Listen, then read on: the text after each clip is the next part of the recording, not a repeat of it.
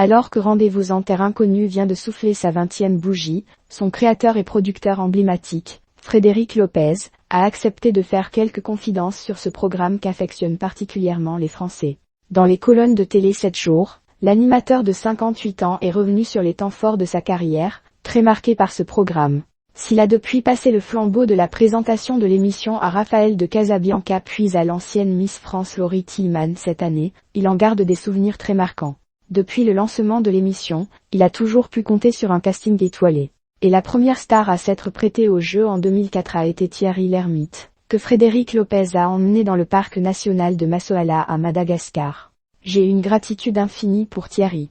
L'émission était nouvelle et il m'a fait confiance, reconnaît-il d'ailleurs. Avant de se souvenir, ce qui était compliqué, c'est qu'il était très pudique. Donc je ne savais pas vraiment ce qu'il ressentait, et puis, il nous échappait tout le temps.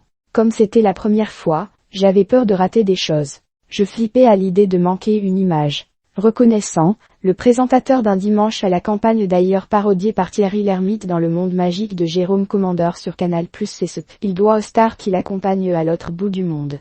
Et il n'hésite pas à le dire, les personnalités qui nous accompagnent acceptent de partir sans leur entourage et de sortir de leur zone de confort.